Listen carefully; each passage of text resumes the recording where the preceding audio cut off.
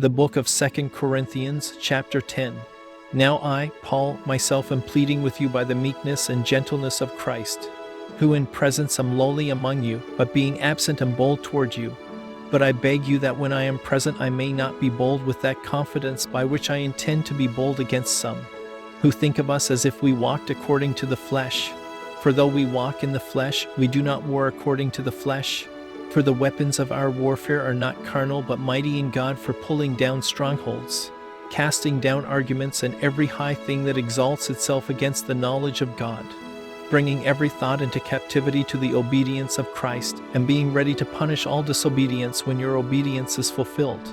Do you look at things according to the outward appearance? If anyone is convinced in himself that he is Christ's, let him again consider this in himself, that just as he is Christ's, even so we are Christ's. For even if I should boast somewhat more about our authority, which the Lord gave us for edification and not for your destruction, I shall not be ashamed, lest I seem to terrify you by letters.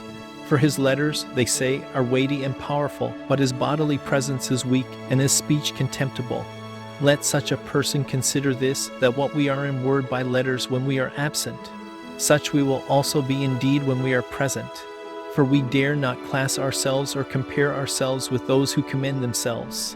But they, measuring themselves by themselves, and comparing themselves among themselves, are not wise. We, however, will not boast beyond measure, but within the limits of the sphere which God appointed us, a sphere which especially includes you. For we are not overextending ourselves, as though our authority did not extend to you. For it was to you that we came with the gospel of Christ, not boasting of things beyond measure, that is, in other men's labors, but having hope, that as your faith is increased, we shall be greatly enlarged by you in our sphere, to preach the gospel in the regions beyond you, and not to boast in another man's sphere of accomplishment. But he who glories, let him glory in the Lord. For not he who commends himself is approved, but whom the Lord commends.